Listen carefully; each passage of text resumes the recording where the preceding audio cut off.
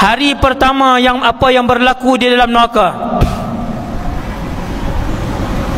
Ini tuan-tuan nak dengar Allah cerita dalam Quran.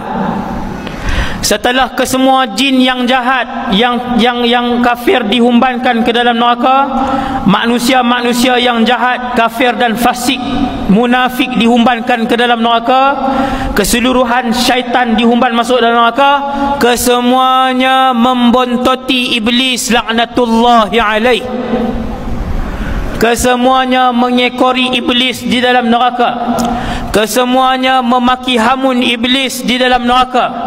Kesemuanya menyalah-nyalahkan iblis. Hang punya pasal menyesatkan kami ketika di dunia dulu.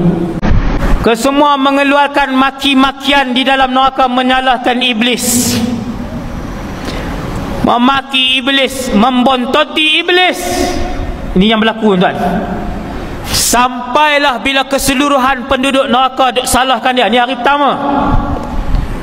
Ikut iblis, menyalahkan iblis, memaki hamun iblis. Iblis pun duduk di satu tempat yang tinggi. Maka berlakulah khutbah iblis di dalam neraka. Apa isi kandungan khutbah itu? Diceritakan oleh Allah secara detail di dalam Al-Quran. A'udzu billahi minasyaitonir rajim. وقال الشيطان لما قضي الأمر إن الله وعدكم وعد الحق. Lalu bercakap, berpidato dan berkata-katalah iblis untuk kali pertama dan kali terakhir kepada pengikut-pengikut setia beliau yang sentiasa mengikuti arahan dan nasihat beliau di atas muka bumi Allah. Dia cakap apa? Innallaha wa'adakum wa'dal haq. Sesungguhnya kesemua yang kamu dengar dahulu daripada utusan-utusan Allah itu benar. Apa yang para nabi dan para rasul tinggalkan itu benar.